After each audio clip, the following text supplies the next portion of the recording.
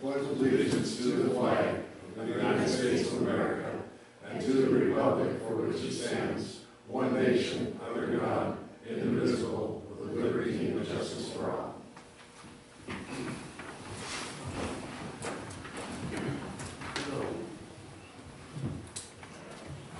It's February 3rd, 2015.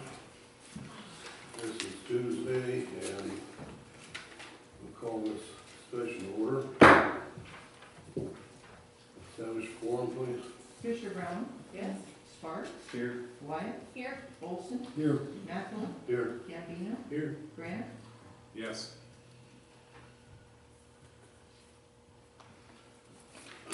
We have somebody to approve the minutes, please.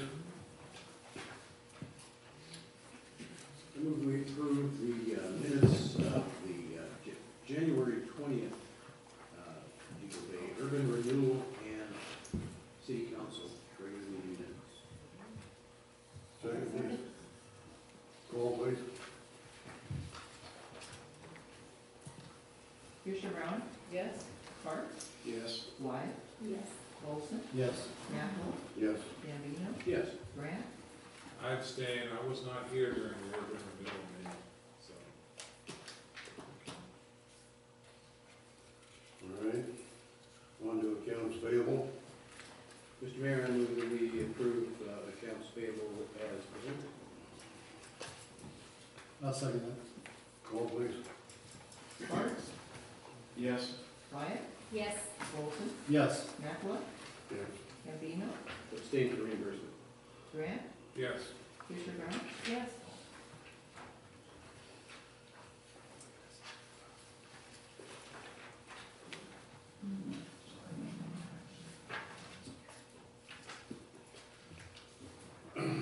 On to item 5, section A, interview, appoint applicants for cities, commissions, and committees.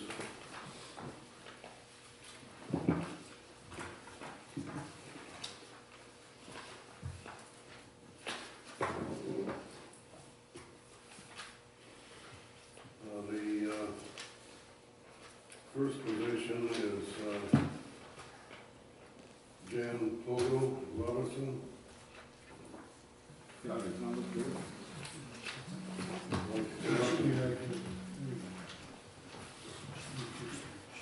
Jan Robinson of East Collins Street.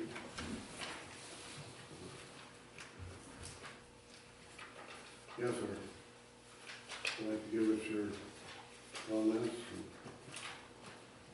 Well, I'm just, was a commissioner on the harbor, been a lifelong resident, been involved in all the harbor activities down there pretty much my entire lifetime. Pretty well know my way around the harbor, know docks, boats, all that stuff. That's what I've done for a living. Any other questions? Thank you, Pogo. What would you say your number one goal would be for this time around, and as you look at the job of the Harbor Commission, if you thought about that? It would help me. I'm just Harbor infrastructure. Infrastructure. Is anything specific? Well, the docks, all need some help for sure. Either rebuilding or replacement. Probably replacement would be the best thing to do. Figure out how we could So we've got monetarily pull that off. So we've got a lot of work to do on the infrastructure. Mm-hmm. Well, thank you. Well, You've been sitting on the Harbor Commission for how long? It's been a while, I know that. yeah, 2 or 3 terms, 2 terms for sure. So 6, 8 years, Mm-hmm. something like that. The harbor deficit, you know, has been growing over the years, and I'm not saying that it has to be revenue neutral, but the size of the deficit has been accelerating. And I'm wondering, have you given any thought what would be the appropriate way to set the direction of that creep in a different, make it more, I should say, make it less of a draw on the general fund?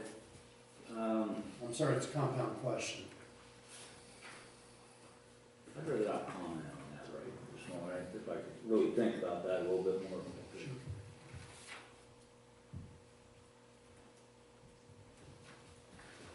Anyone else? Thank you, Gordon. Thank you. We had a withdrawal with Maggie Thomas for personal reasons. And we're on to Dan Zimmerman. Zimmerman is not here this evening. He called earlier. And there was a death in the Dravelitz family, and the daughters of the family are out of the country right now attending the funeral of their mother. So Dan was called upon to go up and set up the display for trade winds in Portland, so that's why he isn't here. Everyone has a copy of his resume. I read it, if anybody else would take time to read it. Yes, sir. Mr. Mayor, I read it, and I just wanted, as a new counselor, I want to make sure that we can still vote without him being here for the interview. Right, yeah. Okay. We Because have, he did write I was able to read his application. yeah. We have some other people that won't be here this evening either. And Robert Hickerson is one. He had a relapse in one of his medical problems, but he's expected to recover, and he'll be for the next one. But he asked to please be decided on and vote on tonight.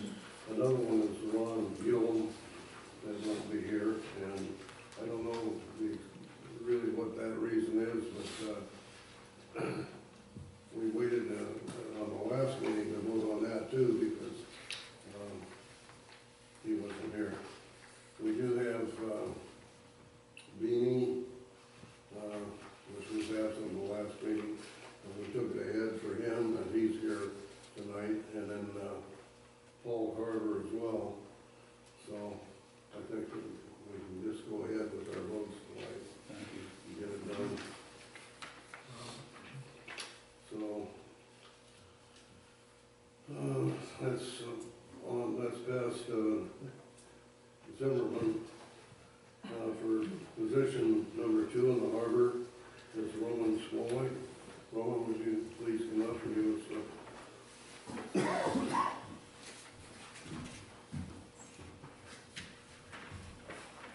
Hi guys, name's Roman Smolchek, I live 35 Southeast Ainsley Avenue. Pardon me? I have a question. No, go ahead. Roman, I was reading your app here. It says, I believe that I can make change with my input for the harbor. What kind of change is that? Just some sort of change, good input, you know, to make things better, you know, like better docks and whatever the bay's lacking. I can try and help out with, you know, my advice. And I'd ask you the same question I asked Pogo about the deficit. And again, I'm not saying the deficit has to be even, but with the deficit creeping exponentially larger every year, are there some things you can see we can do that possibly will refocus the direction back, less money out of the general fund? I would have to actually think about that a little more myself. Sorry about that. That's all right. Mr. Squires? I'm getting educated as a new city councilor, so my questions are partly about that. But you've been a fisherman and have a boat for quite a long time, and using the harbor. What would you say wakes you up at 3 a.m. in the morning if you're thinking about your job in the harbor and fishing? As the harbor relates to your life in general, what would wake you up at 3 a.m. in the morning?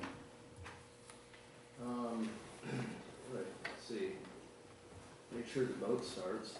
One thing, Humor's okay. yeah. Boy, that's waking up at 3 a.m. Usually I wake up about 4:30, but. Oh, well, if you wake up at 4:30, Yeah. what would be your, Just make sure I get a parking spot down there and get the boat ready for the clients and pull away from the dock safely and pick my people up and go. anything about the harbor itself and looking at your new role, if you should be elected to the Harbor Commission, anything about that strikes you as a number one or number two issue that you would be looking at? Not really. Thank you. I really don't have any concerns. Okay. Like that. I think everything's going pretty smooth in the harbor, especially during the summertime. It's a little chaotic down there, but yeah, I like the way everything's going. And that's hard. Thank you. Yes, no problem. Go ahead. Anybody else? My biggest concern about any of these commissions, Roman, is that beyond mitigating circumstances is the participation in the meetings. And that would be my only question, except for anything beyond your control, will you be available for all the Harbor Commission meetings? For the most part, yes. In the summertime, you know, if I have like 2 trips in a day, you know, there's a good chance that I can't make it because I gotta clean the boat and everything like that, especially if I'm tuna fishing, halibut fishing. If it falls on a day that there's a meeting, there's no way possible I can make it. In the wintertime, I commercial crab, and that's never a set schedule. When the weather's good, we go, so. But I've missed, I think, 4 or 5 meetings since I've been on here, and some of them's been canceled, of course, but, yeah. I think that's about it. Okay, anybody else have any questions? Thanks, Ron. Thank you, Roman. Thanks.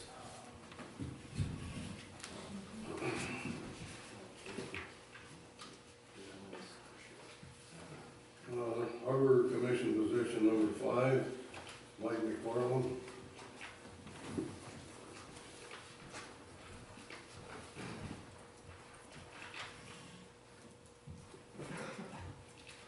Hello, I'm Mike McFarland of 21 Southwest Hawkins.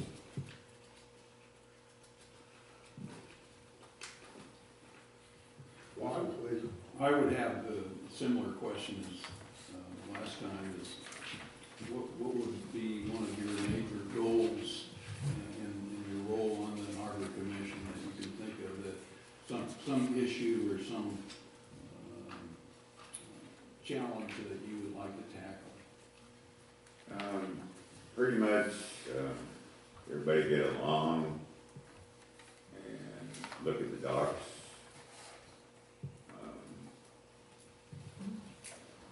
And it boils down to just pretty much everybody get along and everybody work together. So you're an interpersonal communicator, you would help folks communicate more effectively. Certainly. I can see that, thank you.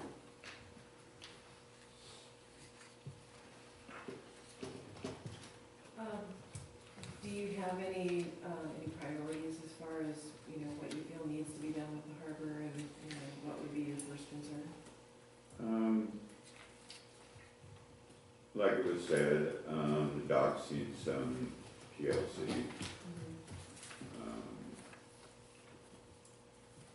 That's the main priority, and everybody kind of, you're walking down the dock and you see somebody else's boat, not right, mention it, just don't walk by it.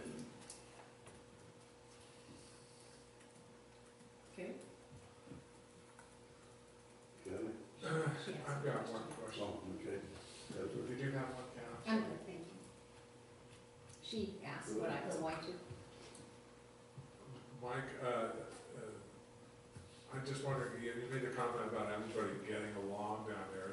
Is there some problem with people getting along? No, it's just a little bit of drama goes around and stuff, you know, I mean, I've been here for a long time and I know how things work, and you do too. It's just, everybody get along and keep the harbor together so the city can still take care of itself, because we got a good harbor. Thank you. For myself, Mike, we were lacking anybody to step up for position number 5, and I personally want to thank you for stepping up and agreeing to take on that position, so thank you. Thank you. Anybody else? Thank you. On to the parks. Robert Hickerson, like I stated earlier, has got a relapse in his medical problem, and he won't be here this evening, but I'm assured that he is going to make a recovery, according to what I hear from the doctors, so. Move on to the salmon enhancement. We've got Beanie Robinson, Beanie.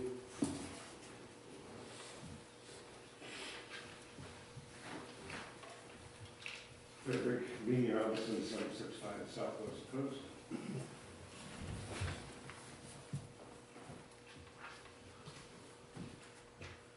Questions? I mean, I don't know that much about I'm just learning about a lot of these things, as you know. What is it about the Salmon Enhancement Commission that you would change or do differently, looking at your next term in that role?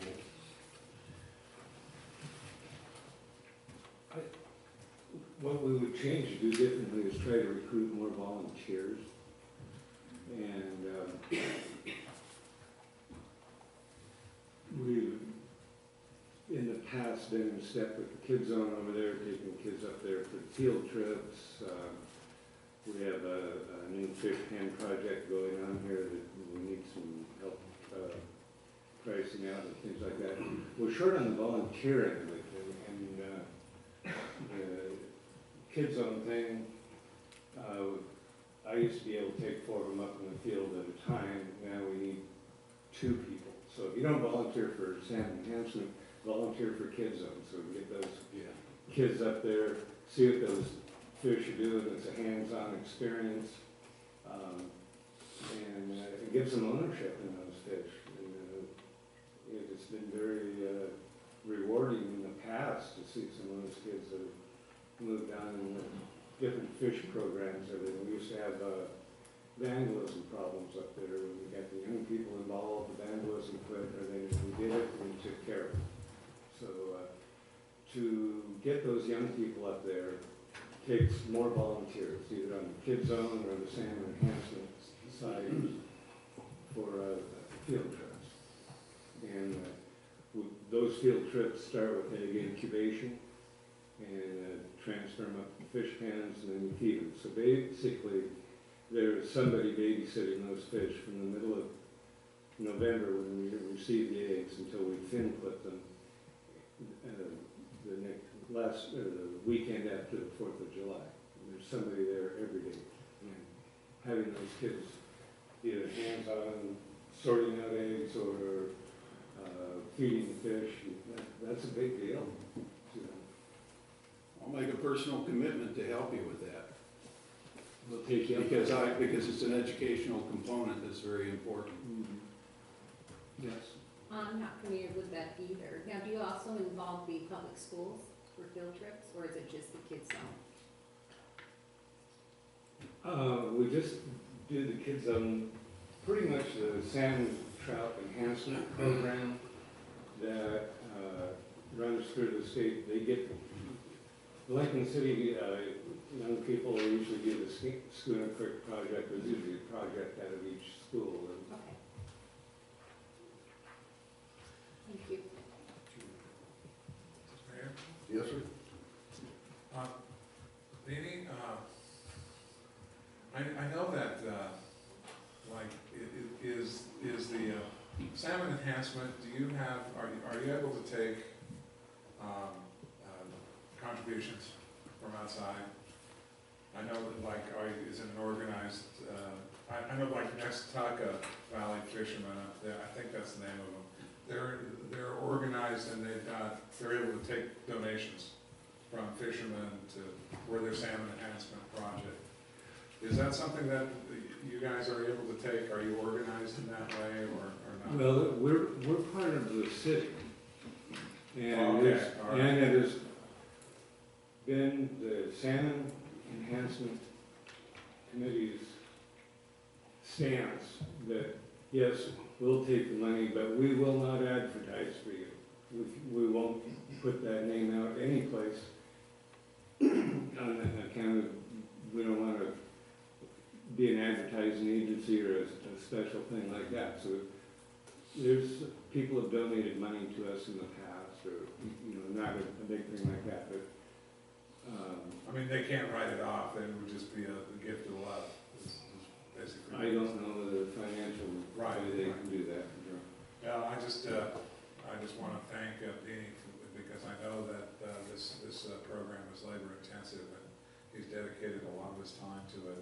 Him and all the people he has involved in his family. I thank you very much, Deanie. Yes, sir? Thank you, Jerome. That was an excellent question. And it gives me an idea as a follow-up thing, Beanie, when we can talk. We could potentially look at a public-private partnership connected with Neighbors for Kids. And that would allow us to accept donations for salmon enhancement and maybe do some additional work that we're not being able to do right now that wouldn't involve any advertising. Is that an idea that you folks would be interested in? Cities do partner up that way often in communities to raise money where it can't be raised in other ways. And especially if it's part of our educational program, I think that we can do something creative there. If that would make a difference, and it would be up to you to think about, and we can talk about it later, but I'd like to get that just as an idea on the table that we can have a conversation about. I'm more than willing to pursue that with you if you're interested.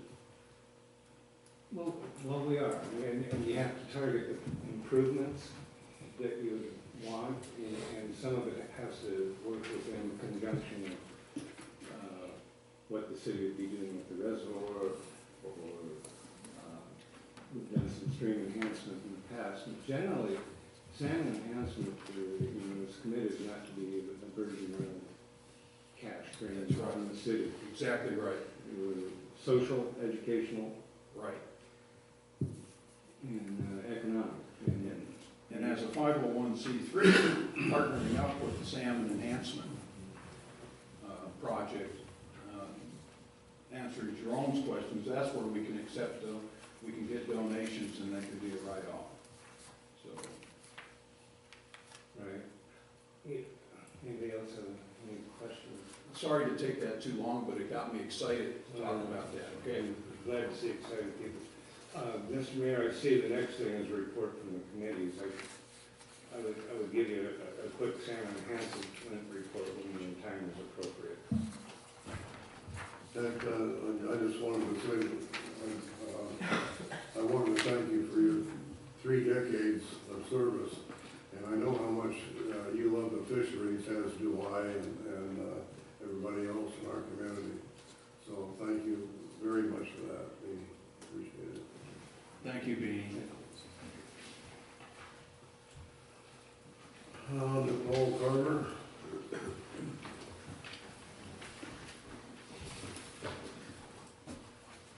Paul Carver, 750 Collins.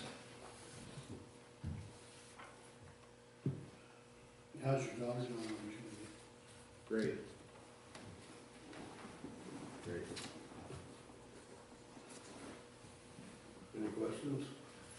Yeah, we met. Various signs Okay. in there.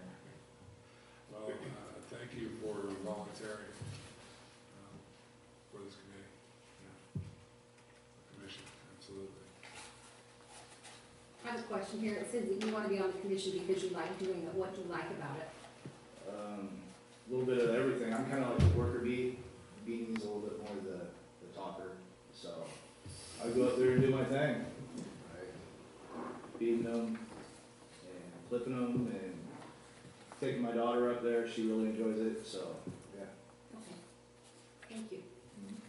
Can I say something? He, Paul's our water treatment plant operator, so he kind of keeps things Right. copacetic during the day, and it's kind of a after hours, you know, kind of thing for him, so I really appreciate his, time spent there also. Great. Yeah, and, I'm sorry, were you up? Yeah, just very good. I know the joy that you must get from that and being involved with your daughter as well in that, so I want to thank you for stepping up. Any more questions on?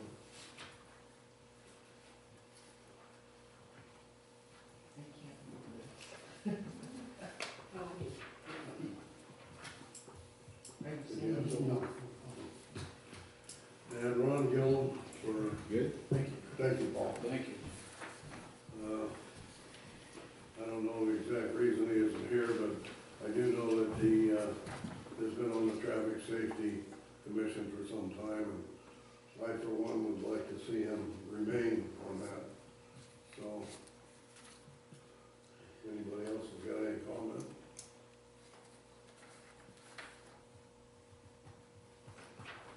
Yes, it's your vote. Does anybody need a ballot?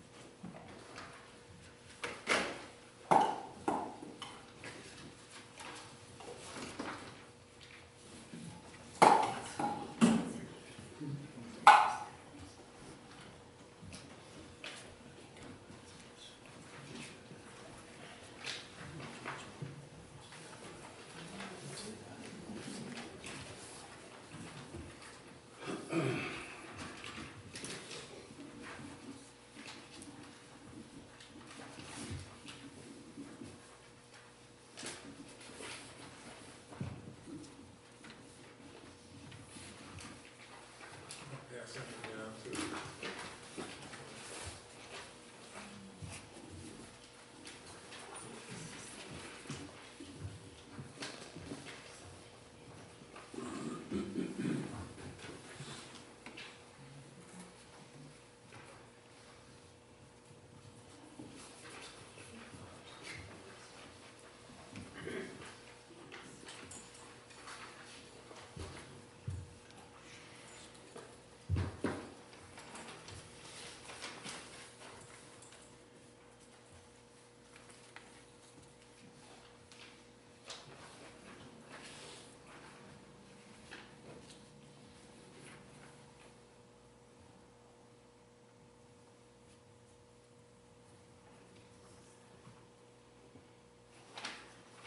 This is gonna take me a little bit. You guys wanna take a break?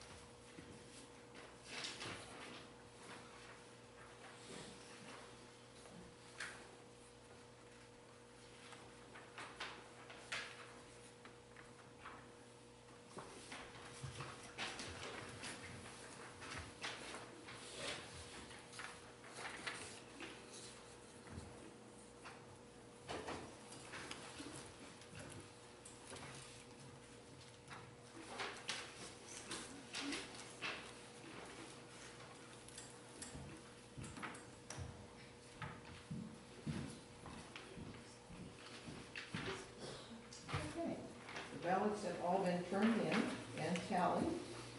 And the result is, the vote is unanimous to appoint Dan Zimmerman to position number 1 on the Harbor Commission, Roman Smolchek to position number 2 on the Harbor Commission, Mike McFarland to position number 5 on the Harbor Commission, Robert Hickerson to position number 7 on the Parks Commission, Beanie Robinson to position number 1 on the Salmon Enhancement Commission, Paul Carver to position number 6 on the Salmon Enhancement Commission, Ron Gillum to position number 1 on the Traffic Safety Commission.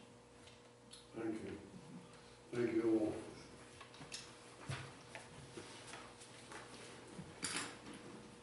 So, We need to, if the council would move to accept that tally of votes and make the respective appointments. I'll move that, to accept the tally. Second. made and seconded, call please. Wyatt, Yes. Olson, Yes. Mapula, Yes. Gambino, Yes. Grant, Yes. Fisher Brown, Yes. Sparks. Yes.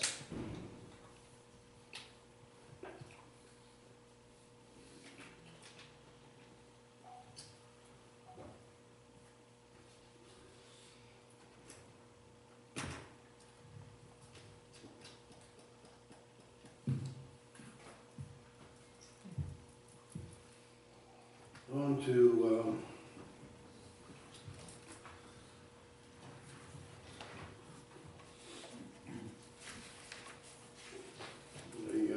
reports on officers, boards, and standing committees. Item A is on the Depoe Bay Glen Eden Wastewater Advisory Committee, and I think Steve Sparks has a resume of that meeting. Thank you. Well, I certainly got my education at my first committee meeting, and I just made some highlights, and there's a full report, but I'll just go through those highlights. But before I go through that I'll just tell you the agenda mostly was about the Vista pump station replacement. We also talked about the biosolid transfer, and really the big note on that is that eventually, within the next 10 or so years, we might not be able to transfer biosolids on land anymore. So that there's a long-term plan that has to be discussed and laid out. So I see that as an action item. In terms of the meeting itself, overall, it was I call it a partnership meeting, because that's what it is with the Glen Eden Glen Eden district, is a partnership with the city of Depoe Bay. Some of the things that issues and actions discussed is that by far the largest one, the most important one, was the bypass of solid waste lift station plan. And we talked about the early morning time frame to do that, so there was much discussion about that. I learned a lot about the use of the flow queue well, which I won't go into detail, but it's another way to help with the backup in terms of the replacement plan. Brady talked about the backup trucks that would be on standby, and there's also an emergency permit discharge notification that Brady has to get. There's also potentially a force main disruption issue that the CW engineer talked about. I also learned that the project was totally funded, or is totally funded, and that we're going to have a preliminary project plan for review by the engineer on February 9th.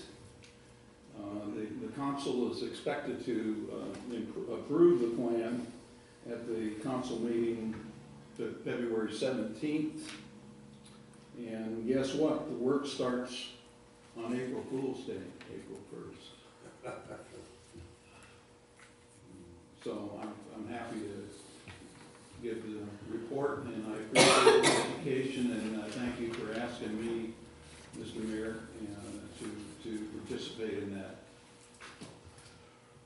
Thank you, Steve. I might add one thing to that, that biosolids transfer, as I didn't get to talk about it at length, but I did meet with Senator Wyden when I was in Eugene on an LOC, and he did assure me that the federal government is involved in handling of bio waste in this country. So we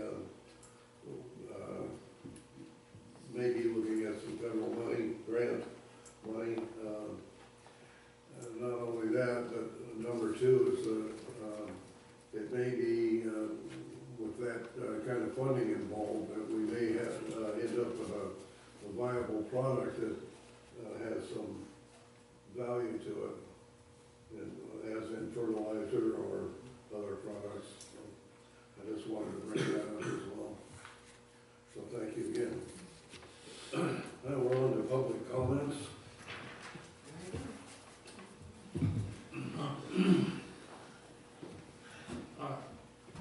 Actually, Before, sorry, Meg, were we gonna take a committee report from Beanie?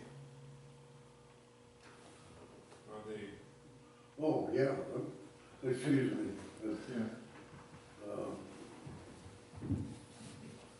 Yeah, Dean, please. I'm sorry, I got ahead of myself. Dean Robinson, San Hanson.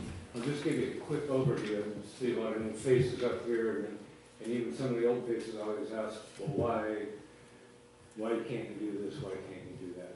The Salmon Enhancement Program works with the state and the Salmon Trout Enhancement Program, and the idea is originally to jumpstart some of these smaller streams and redo the salmon lands. In Depoe Bay, the North Creek, where the reservoir is the Hatchery Creek, and the South Creek in Depoe Bay is the Native Run Creek. And now with their policies, we don't want to mix those two. And we started out with 20,000 salmon eggs from the Traps River Hatchery, and when we grow them in a fish pen in the city reservoir. July we fin clip and we block off the reservoir, and on the average we've been fin clipping around 13,000 to 15,000 fish. And this March those fish will be, we have two sets going in, one in the fish pen and like so that we're feeding for, and then the yellow ones are a smolt about so big, and we'll take those screens off in March and we'll start collecting that to the ocean. You will get, have to wait 2 years, it's out in the black box, you don't know what you're going to get back. And some years it's good return, some years it is not. Some of the fish imprint on the Rocky Creek water that's pumped up there in the reservoir in the summertime, so you'll see fish jumping up, trying to get up Rocky Creek, even though that's been extinct for 40-some years. Those are our fish. And we do get a small return going up the North Depoe Bay Creek. We used to get really discouraged about that, but biologists say, you've got to realize that the fin clip and it might have ended up on somebody's table. And that's the idea of the economic component for the Depoe Bay thing. And you talk about port revenues, boat activities, everything like that. We all know what kind of activity goes around Depoe Bay and the fish are here and the resources are available. Any questions? Yeah, is on South Creek, is there anything that you can do with the Neighbors for Kids and as far as education or program involvement, or I know that ODF and W, we can't have a hatchery per se there, but because it's a native run, but I think they do some field trips there. They grow a few steelhead at the kids zone and they release them in there, but there's a native run of steelhead that creek also. And there are some things that, but the thing that really gets them going is that hands-on with those fish eggs or feeding the fish. I mean, that's, to be honest with you, that's the way it goes. And the reason, one other thing, the reason why they have 20,000 eggs is that's their assessment of what that carrying capacity of the city reservoir could support. And so they're in there fighting around with some cutthroat trout and birds and things like that. That's the reason. Originally, at the start of this, and Betty's husband Vaughn and Ray Asuna, we were gonna do a terminal fishery on South Depoe Bay Creek with fish pens, get returning fish, process them at the plant and get going like that. And of course, that would have been some nice revenue for Depoe Bay. Policies have changed. That, I'm sorry, go ahead. Again, I'm excited about what you're talking about, Dee, and as you know, I'm very much involved at Neighbors for Kids, and I want to make a commitment, again, to get with you as an action item, to really explore what we're doing in our partnership. I really want to do that. I just didn't realize the significance of it until now. Overall, there's a big picture opportunity here for the community. Well, there is, and there's this ownership and this giving back. A lot of, besides, you know, those are our fish going out there. That's right. And we had something to do with it, and we're reaping part of the rewards, but we all feel good about it. And it's very interesting when people are coming up on the fin clipping. We get people from out of town. They're up there fin clipping fish for just a multitude of different reasons. It's a really good, it's our big social event. Thank you, and I take that action item, okay? That 20,000 smolt, is that the limit because of the habitable cubic yards of water that's in that reservoir? That's their assessment, you know, they'll take the mortality, but they figure you know, if you get too many more fish in there, they'll starve themselves out. So that's their assessment of what that reservoir can carry. I wondered why that was, you know, because I know there's plenty of smolt around, but at 20,000, I was wondering why was that? Now I get the picture. Right. Well, everybody thinks that more is better, and sometimes it is. And in the past, we've done up to 100,000 eggs, but they were released in different streams. And we know that since that program has been going, we have incubated over 1 million eggs. I think the community is really fortunate to have you involved in this project. Thank you. Thank you. I think it's fortunate for the community to embrace the project. And we can do better. Thank you so much. I got ahead of myself. Go ahead. Excuse me, the safety committee, made a decision at our, for a recommendation that I think we should discuss. Councilor White and myself attended that. I guess I could talk about, before we move on to the next item. Just let me know. Yeah. Jerome, I got ahead of myself here. I apologize. Did you have something that you wanted to input on our Harbor Master Plan Advisory Committee? Oh, I think we had a good first meeting. Good to get to know you. Introduction to what our mission was. I thought it went well. Do you have any input that we might take to our next meeting? Yeah, not at this time, not that I can think about it. Hey, But I see Maggie here, she might. she's up next on the agenda here. I'm sure we'll hear something. Thank you. Thank you. All right. Yeah, right. Okay, so, in regards to the safety committee, I had some information that we discussed, and this was the information about the AED, if everyone remembers. It's the automatic defibrillator that we were gonna work towards to use some grant money to see about purchasing and using that as the item. Now, we did do some research, and we found that there's some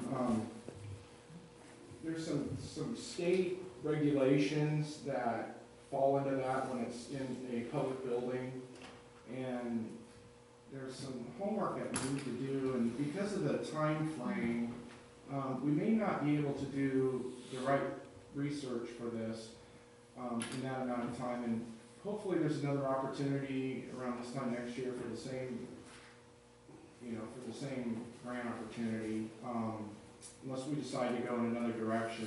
We're running to the February 27th deadline for that, to get that grant out. But as far as the AED went, we can do some more research and possibly get it in the next budget, for the emergency trailer. But there was regulations and the certifications, there's a whole list of things, and we felt as the safety committee to recommend to the council that it's just a little bit too early at this time, and that we do need to do a little more research. And we're having a first aid class for all the crew, and part of that first aid class is discussing the AED, and at that time, we can really ask the instructor at the time what the protocol is as far as where these things are located, and we'll have a lot of questions for him, in other words, so. How do you get certification for, For our crew? yeah, We just- I mean, as far as, not as far as like the, first aid goes, but for the AED. Well, it's going hand in hand with our first aid class that we're having so we're getting, Heart Saver, first aid cards that the crew has, and we get them renewed every 2 years now. And we just, have an instructor come here, and there's a cost behind that per person. Now, the more I know, the more folks, the less it costs, so. Right. We try to get as many as the crew in to do it. And, but as far as just being AED certified, maybe the fire hall or somebody could I can't answer that question, Okay. but we could find out for sure. Yeah, I think that's something definitely to look into, Yeah. so we can get at least a few people certified. Yeah, absolutely. But we'll move forward with this, but we just think we need to do some research as far as here at City Hall and reasons that the state has some of the regulations. I want to ensure we're on top of Right. liabilities, all kinds of stuff. So, Yes, sir. Under that, excuse me, under that, Lincoln County grant, sure. emergency grant, Uh-huh. couldn't we, rather than lose the opportunity to gain those funds, Right? could we do something fast like, blanket storage? Yeah, Purchase- that purchasing. is exactly what, Curry and I discussed. Some of the items that didn't get done with last year's was the, cost was too high for the bids. The bids came in a little high for the emergency trailer. We had, the bench put in, and we had areas for the storage for the food buckets. That never got completed, the storage for the food bucket, just the bench got installed, because the cost was so high. So maybe we could do that. We do need first aid in that trailer. We have no first aid kit whatsoever. We have, no space blankets, things like that. We've got the purification water. We've got a lot of the food buckets. We've got a lot of the items. We're still putting this thing together. So yes, definitely can do something like that. And as far as blankets, first aid, that's kind of the direction I was hoping to go for it, and finish the storage. Yeah. Very good. Do we have time to do that? If the council can identify, tonight would be helpful, if you could identify what supplies you'd like to apply for grant funding for. It was up to 2,500? That's the maximum you can ask for, and it's a dollar for dollar match program, so. If we gave you the authorization to research this and get the medical and emergency supplies, you can make a list, isn't that correct? Get a first aid kit and, Whatever you think needs, might as well grab the money, right? yeah. Maybe up to a certain amount. It's matching, so it's not free, it's matching grant. Right. So is that way I understand it? And, I would, you know, I mean, we're grabbing at straws here. I mean, trying to figure out what to do just to get this money. I don't feel comfortable doing that. I'm gonna rely on the wisdom. We had the idea that we wanted to get the heart defibrillator, and I thought that idea had merit, but I would defer to the wisdom of, you know, that Brady's trying to make it happen, but he sees some, you know, things that we have to learn about it. So I don't know, unless somebody comes up with another good idea, just to fill space, I don't know, it's still gonna cost us money.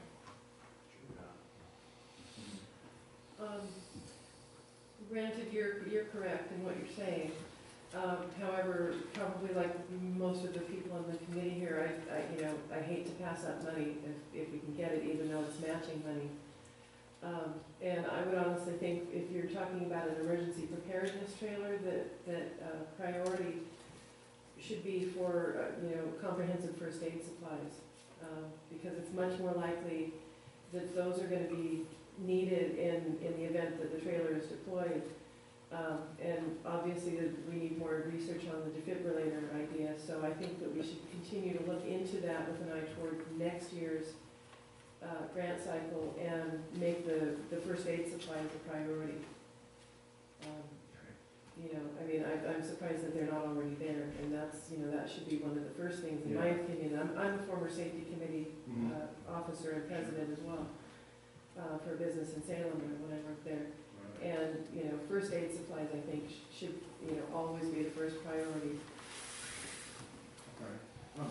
Maybe a dollar amount that we could possibly utilize too, and then go from there, or whatever you decide is fine with me. Yeah, these are all good points, and I agree with you, Fisher Brown, that if we had a full complement of first responder supplies, like they run around in those ambulances you see parked along the road, available, and we had a full complement of those supplies, then we'd be a lot closer to our objectives, so. Steve? I think we should always think about preparing for the worst and praying for the best. And when it comes to emergency preparedness, I'm in full agreement that we should do everything we can to take advantage of the funding opportunities for that. So what, Mayor, Mr. Mayor, so what's the proposal here? I've heard blankets, I've heard first aid, are you talking bandages, kits, compression? Blankets are first aid too, so, what are we specifically talking about here? Well, Go ahead, and I'll follow up. okay. I should preface this with saying that this has been my family business for over 60 years anyway. My father is a former fire chief in several locations, EMT and EMS instructor. My mother and both my sisters served on the ambulance crew in Rainier when we were all in high school and growing up, so this is kind of what we do. In my opinion, there should be definitely blankets, basic first aid supplies like bandages, chemical ice packs, possibly splints or braces if necessary. There are inflatable ones that are available. They're not very expensive. And just, a general, very comprehensive and very large first aid kit with, Band-Aids, possibly, what do they call those, the little ammonia capsules for, and, things of that nature. Only under the doctor's prescription. But, I'm not saying that it should be equipped like an ambulance, but it should be like what you would see if you opened the first aid kit at any, warehouse or any large business, like a manufacturing business. So, also possibly like rehydration salts that could be added to water bottles. Right. So any and all of that would probably take up, especially if we're looking at, and then I do get as many as we can with the money that's available. Go ahead. I'd like to make a motion, but first a question for Brady. Other than Joseph, maybe, who is our expert that you would use as a go-to to find out just what we should have, how many of them and all that? Probably the fire chief or the assistant fire chief, Bill Anderson. Okay. Probably the fire department and the first responders here for Depoe Bay Fire. Well, Mr. Mayor, I'd like to make a motion that we apply for discussion, up to $2,000 matching grant from the Lincoln County Emergency Preparedness Grant Program for the purchase of first aid equipment for the trailer. Second. Any other discussion? Call please. Olson, Yes. Mackler, Yes. Campion, Yes. Grant, Yes. Fisher Brown, Yes. Sparks, Yes. Wyatt. Yes.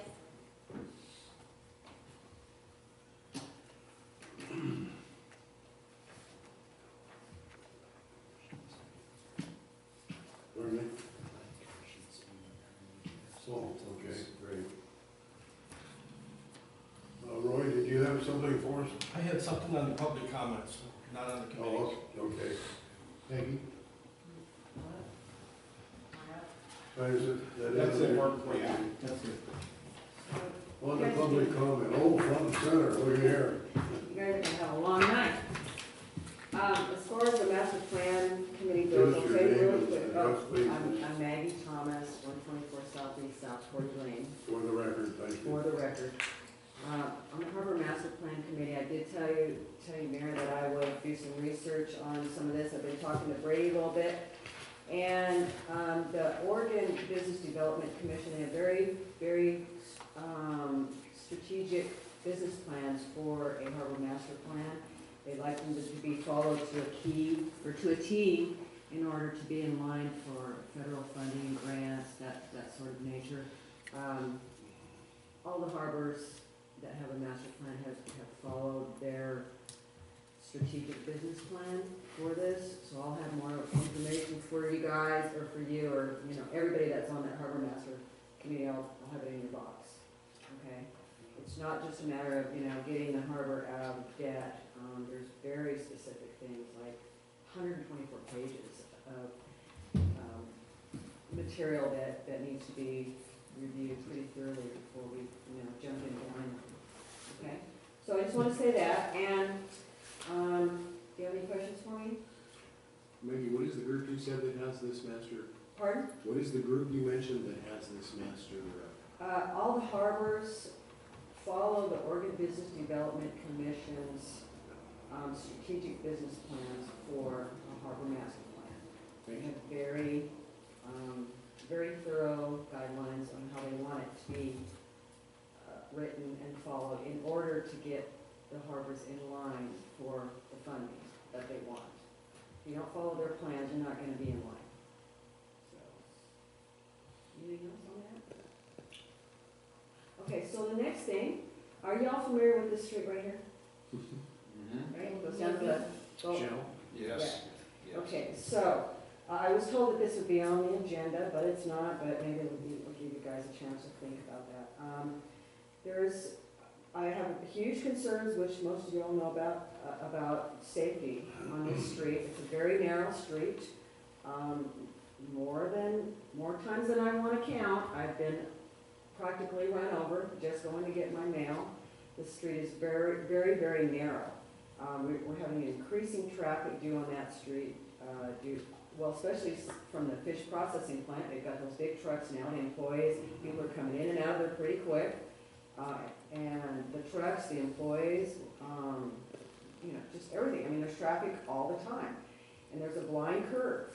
So anybody on the other side, on this side of the blind curve or on this side, if they're walking or they're in their car, who knows what's going to happen. I know that I've been almost put into that ditch. I've talked to Brady about a couple of these solutions. I've talked to Mr. Sparks. Brady had mentioned that there used to be a speed limit sign there, but it's been knocked down. The reason it's been knocked down is because there's traffic. And when you're driving fast and you don't have a chance to react, you're gonna just go into that ditch, okay? And you're gonna knock that sign down. Plus, there's nobody to enforce that anyway, you know? I mean, we rarely have anybody enforcing what the traffic situation on 101. Right now, there's only one sheriff, from Rocky Point all the way to Tillamook. There's no way, it's appropriate to keep him down here and make sure the fishermen slow down at a safe speed. Brady and I also talked about, putting in a sidewalk. That's obviously, you know, not gonna happen. It got rejected, is that correct, Brady? Yeah, but we're still, you know, we're still Okay, pushing for it. So that's in the future, that's understandable. I think, and I've been looking at this a lot, I know there's some people that don't want a speed bump, I'll address that in a minute, but it does really solve the problem. It gives pedestrians a safer opportunity to walk anywhere without being put in that ditch. It provides control for speeders, but, you know, in their vehicles or in their boats coming either way. It's gonna slow people down. Especially I'm concerned about these kids doing these field trips from the kids zone down there, you know? When there's people coming up, they got nowhere to go. I've seen it. I've seen them run over to the side of the road and people hit their brakes because they're speeding up that street. Costs $150 for the speed bump. It's 72 inches long. It's 3 inches high, which is like that, just enough to get people to pay attention to it. It's eliminated. I've got, you know, the name of that's called Global Industries.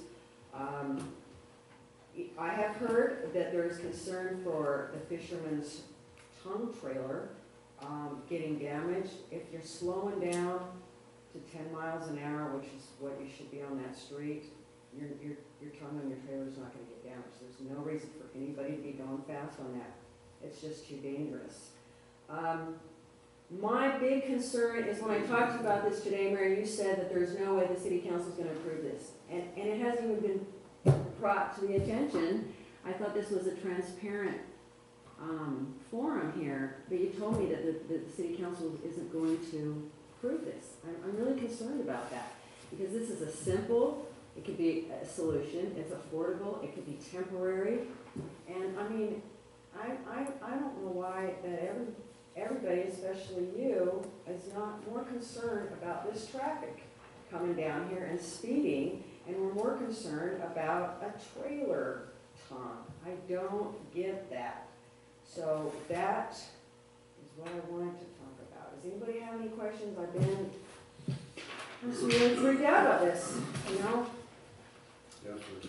You said $150. What is this thing exactly? It's obviously not mechanical or copper. It's a rubber bump. It's a rubber speed bump. They've got one up on William Street. Okay, William Street is a dead-end street, and there's a stop sign the other way. And I'm talking to Bree, how'd they get this? Well, the person that voted this in, one of them happened to be on the city council at the time, you know, so it was already a push, it was already a go. So it's nailed down.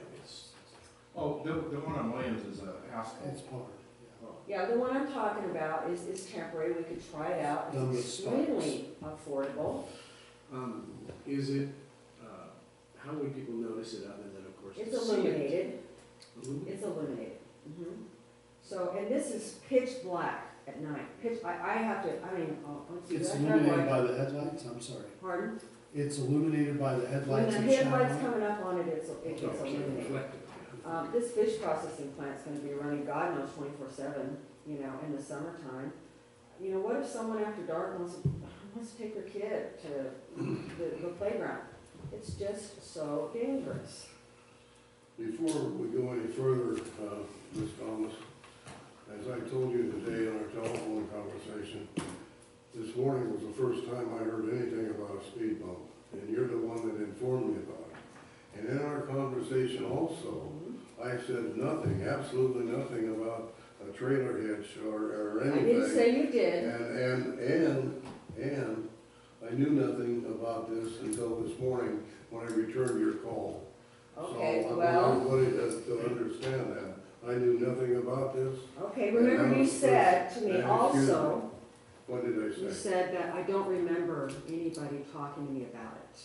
So whether you don't remember some, you know, other people talking about it or not, that's what you had told me. That's enough of that. I'm not gonna argue with Did anybody you. have any more questions? Well, I don't really care about our conversation, I care about the community safety, Mr. Mayor. I don't care And about, obviously, so do I, but I'm not gonna banter with you over something I didn't say. you did tell me that the council was not gonna approve this. That's what Mr. Mayor, can I, sorry. Yes, go ahead, Mr. Ford. I think this can get all down a path of no solution. What I would suggest, and, you know, I'll have to back it up by saying that we often, in the summertime, especially at Neighbors for Kids, talk about the safety of children on that street, okay?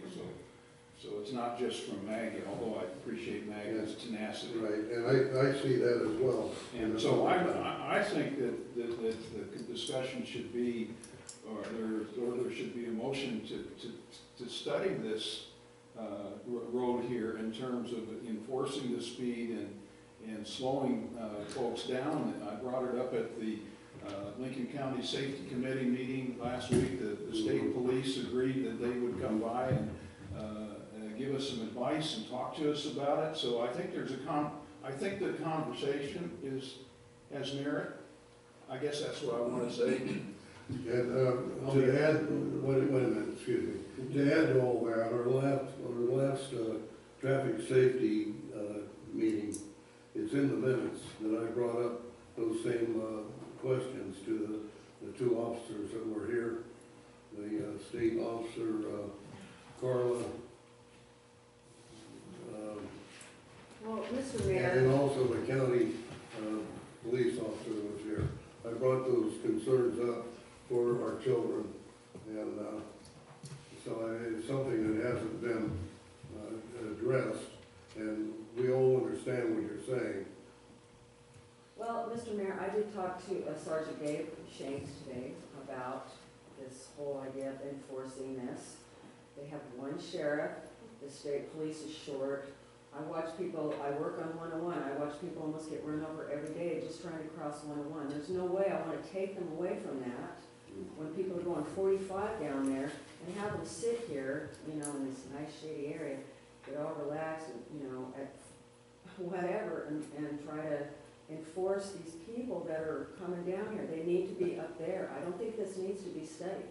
I've already been told we've got one sheriff and the Oregon State Police is short. They're short-handed. You guys think it's a good idea to take them from 101 so they can be down here? Jerome's got some. Jerome? I'm sorry, I lost you out there. Who was Jerome, Okay. Just short, but I can see, I don't want to play intermediator exactly, but when you're talking about putting something like this on a street, idea has merit, okay? But as far as getting it done in one night, that it's mentioned the same night, I'm not sure if we want to give the public a chance to input besides yourself. I do just want it to be on the table, that's all. So, It's on the table. then I do think that there could be a problem with, we've got, I don't know, I have no idea how successful they're going to be down there with the industrial complex that they've got going, but there are semi-trucks going down that road that's built, it becomes a one-lane It is one lane. road then, and so it's almost like behooves it to the truck drivers to have somebody call ahead and walk down the road in front of them, you know, and really to make it safe. But a speed bump, I don't see anything wrong with maybe putting it on next session's agenda, Mr. Mayor. It's only 3 inches. That's it. The one that I looked at is 3 inches high. That's not So going we to mess can anything talk up. about it. Yeah. Okay, so it's 3 inches, I'm assuming with the ramps on either side, and what's the width of it again? It's 72 inches. 72 inches wide, or, I mean, the Long. width, I mean, as far as Right, and 3 inches. the width of the top of it? Right, Okay. 72 inches across. Okay, okay, 3 inches high. Sure. It's not gonna damage anybody's boat, it's Right. just gonna be enough to get them to slow down on that flying curve, that's it. Well, it's a disaster waiting to happen, Of the way course. you describe it, since you live there, that you I've would been know. run off that road. You would know that. So, yeah, I think that it would behoove us to look into at least spending, the possibility of spending the $150 you said for the temporary one.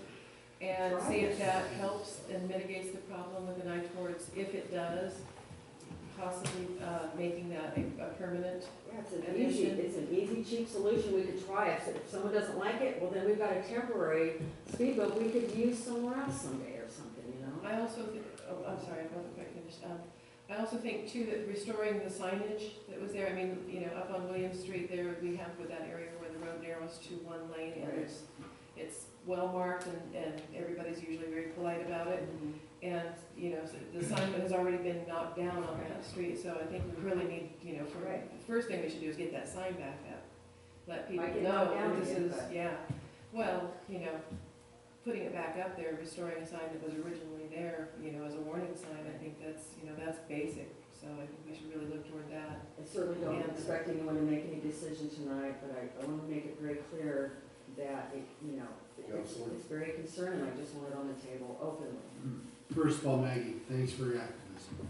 Usually when you speak, things happen. It's true, I told you this. Mr. Mayor, I think we should direct the staff to look into pricing out the signage that is no longer on the street, pricing out the speed bump, and getting a report from the staff telling us what's probably most appropriate to solve that situation. Robert? A couple concerns. I think it's an awesome idea, like you brought it forward. I think we're gonna need two, since they're 17 inches, Right. to go across the road effectively. You're gonna need two of them, still $300 cheap. Chief. I'm curious about, are any legality, laws, any issues that would prevent us or make us liable from installing? Yeah, there has to signs? be the line, painted on the before and after. You mean, So you're gonna Or figure that out for for us. each side. street painting? Yeah, there's these diagonal, Yeah, like slashes, that's what we had to do on Williams. yeah. And then there's bump signs, You look into that for us? bump signs, and then, yeah, So not, So doesn't you- sound outrageous. Could you give us a price for all this next time? sure, yeah.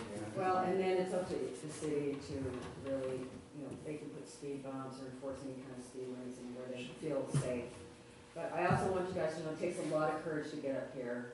It's not an easy thing to do. I don't like it, you know, I'm not out to, I don't have any hidden agenda, I'm not, I just wanna help keep the community safe. But I do want you to realize, Mr. Mayor, it takes a lot of courage to be up here, okay? And what? It takes a lot of courage to sit here, okay? And I want you to know that. I'm trying my best, okay? It takes a fair bit to sit back here too, I can tell you. There's a lot more to take. to sit right here. And I'm just Is that getting it? started. The trailer thing, the trailer thing, actually, I would be more concerned about those trailer tons ripping up the rubber strip, not the, not Well, the yeah, You opposite. guys got a trailer, take it down William Street and, you know, send a report on it, you know? Kathy has had her hand up and I didn't recognize. Thank you. Go ahead. My only concern is, the rubber things, are they rubber or plastic? I mean, are we They are looking at, rubber. so are they industrial strength? They are industrial Okay, because it seems like a low cost for such a, Isn't that amazing? yes. It's made out of industrial rubber that they use for tires on big trucks, Okay. so, it's amazing. I would imagine you probably have to buy, you know, it probably doesn't include the installation kit, Or the which should be shipping. like rebar. Barcode, so Or the saying installation. spikes and everything. So it may They be have- cheaper to do asphalt. No, No? Barcode does Not that. initially. There's a number of them. Yeah, there are some.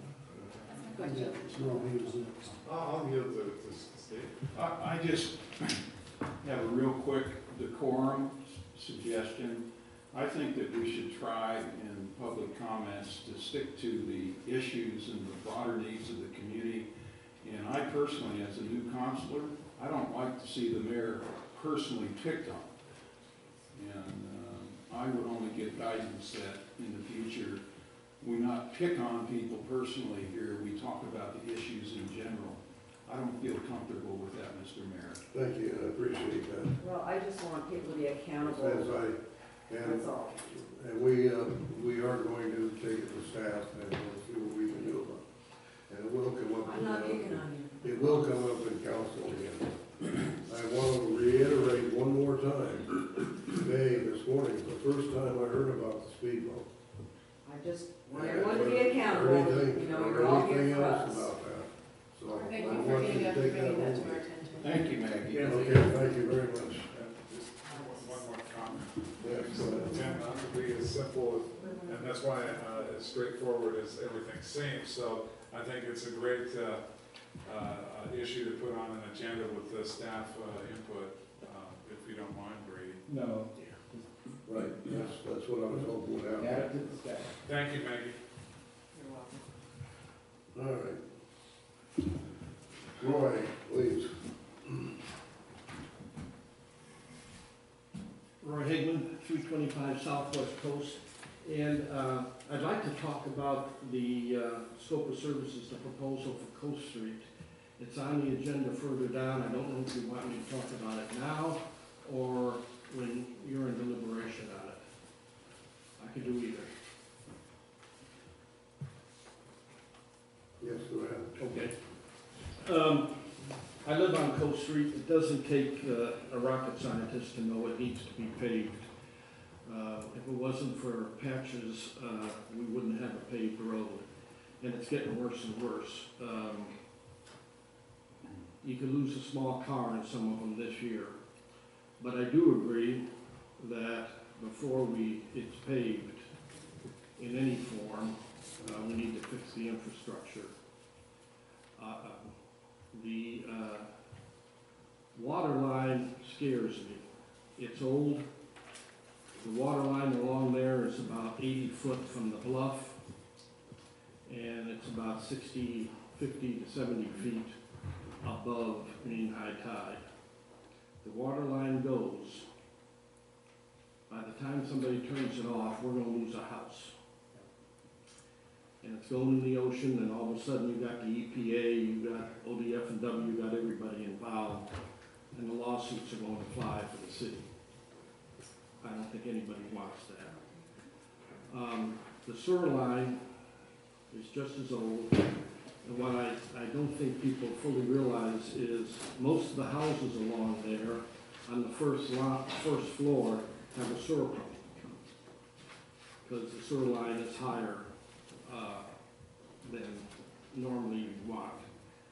So all the houses are pumping sewage under pressure occasionally down that old sewer line. Another thing that's going to break it sometime. The nice thing about Coast Street is we've seen a renaissance. There's a house completely being rebuilt, tore down, started, just finishing right now. They're on the end of Hyberg. One, right along Graham came in to the planning commission about 2-3 months ago. It was turned down because of variances, but they will be back. And there's another tear down and rebuild coming in next week. So we're seeing a whole lot of major home real estate property value improvements along Coast Street. But it needs to be done. I completely support that we need to go ahead, get the engineering done, at least know what we're facing. But if you drive down that street, be careful. It's narrow, and it's worse than a third world country street, I'll tell you right now. Every year there's Remind me where Coast Street is. South Point? Between 101 and the ocean, Yeah. south of the bridge. behind the fire station all the way down to in front of Beaton's house. Yeah. Yeah, I was on that street just a Well, couple you're days ago. familiar with this, Brady? Yeah, this is the engineering scope of services for Coast Avenue. Yeah, it's part of the urban renewal project. We have that. Yeah, we're gonna talk about that. So you're just. So he's here to, Yes. I'm just here supporting it, saying it's probably more necessary than you would normally think. That's good information, thank you. I was on that street a couple days That's ago, good and he's not information. exaggerating. It's Yeah, really bad. I walk down there all the time. Thank you, Ron. I have a question. If I may.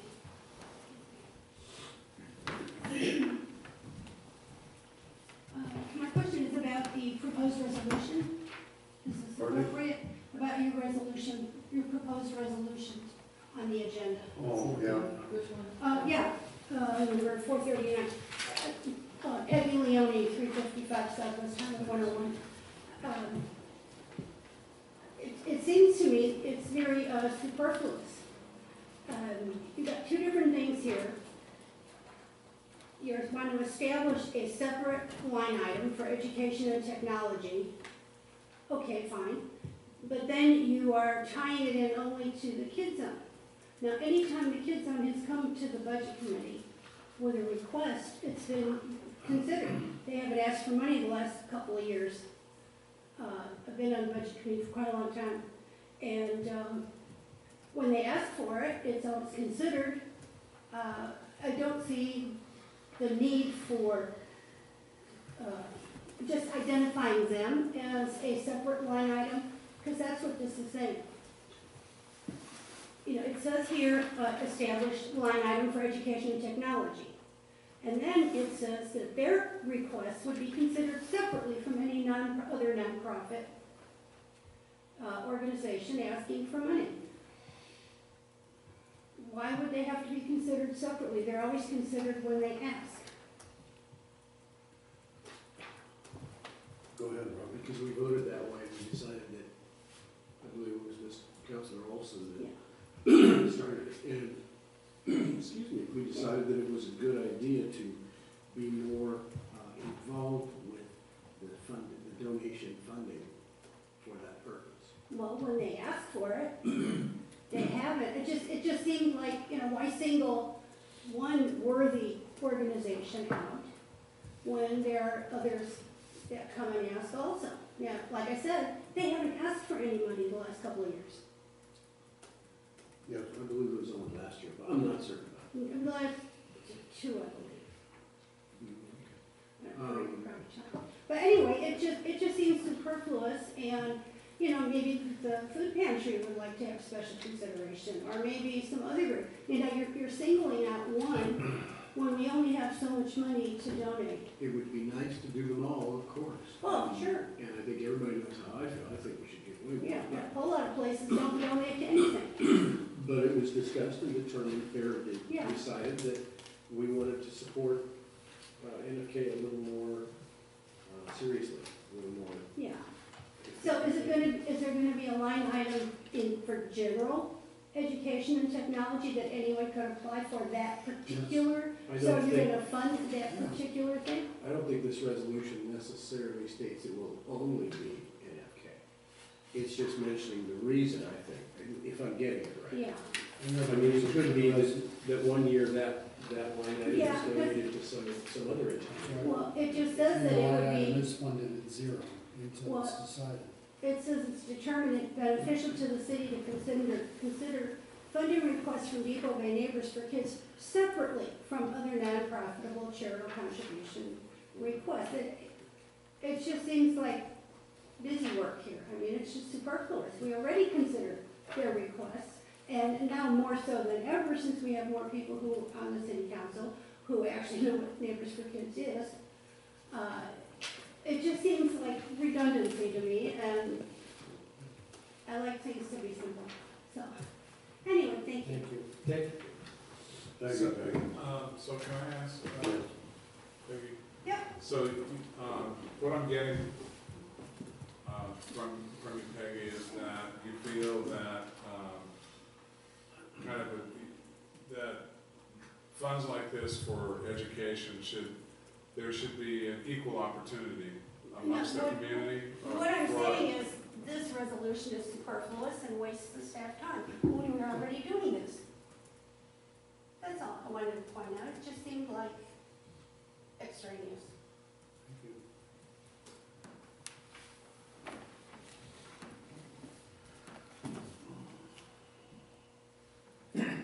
This, specifically, a resolution to establish an education and technology expense line item in the general fund budget.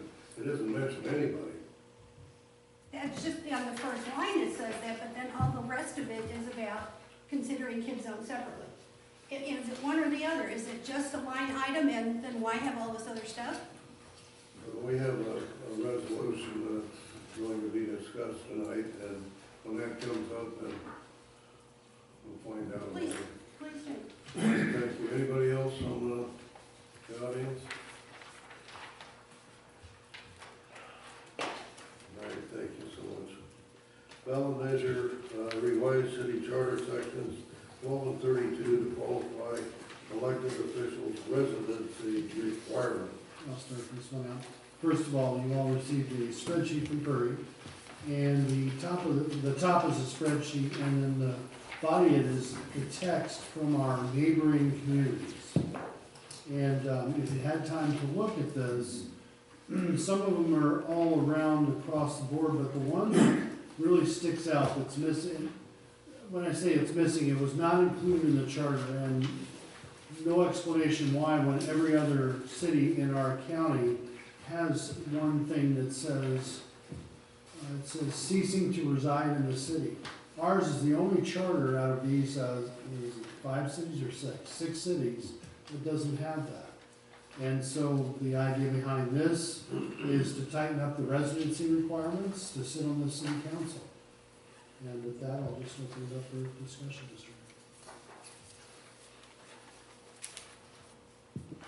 Robert, I know you did some work on this. I did. I just came up with some of my own idea for writing. I'm certainly not adept at legalese and all that, but I think if we all, I think we all had copies of it originally, but section 12, qualifications of officers, one of the things I felt, or actually 2 items that I felt simply needed to be added in, no person, and this is not the added part, no person shall be eligible for an elective office of the city unless at the time of his election he is a qualified elector within the meaning of the state constitution and has, this is the part I would add, been a permanent resident in the city during the 12 months immediately preceding the election. And then another added part, and I'm not sure if this works or not, and throughout his term of office. Then it goes on, the council shall be the final judge of the qualifications and election of its own members. And the only other thing I saw that might be needed, and again, this depends on legal writing, but for section 31, nominations, a qualified elector who has resided in the city during the 12 months immediately preceding an election may be nominated. I would say because of what I just suggested in section 12, that section 31 would say a qualified elector is as described, as prescribed in section 12, may be nominated for an effective city. And that way You're just referring back to the first. gets rid of a double, what do you call it, double entendre. And then I found a typo. Oh, no. Very diligent, Made Robert. instead of made. And now there was suggestion to do 32, but I didn't see, no, 32. And this is something that certainly should be discussed because I may be out of line here. Going on down through the thing, a mayor or councilman upon his absence from the city for 30 days without the consent of the council, or upon his absence from meetings of the council for 60 days without like consent. That, I think that's a little too, even that is a little too ambiguous. Absent for 30 days, consecutive 30 days. Well, consecutive 30 days could be followed by a week in town, and then another 30 days consecutive out. They could do this, so technically it still allows someone that's living in Portland and has a vacation home here to be a city councilor. I don't think that's proper. Good point. I would change the 30 days to absence from the city for 30 days in any combination. That means a total, I think that legally means a total of 30 days, period. You take a 2-week vacation, great. You can take another 2-week vacation, you're pretty much done. You better be the council meetings. But how about if you have a relative back east that has had a massive health issue and you need to be gone to take care of them? At that point, the way it's They got it right here.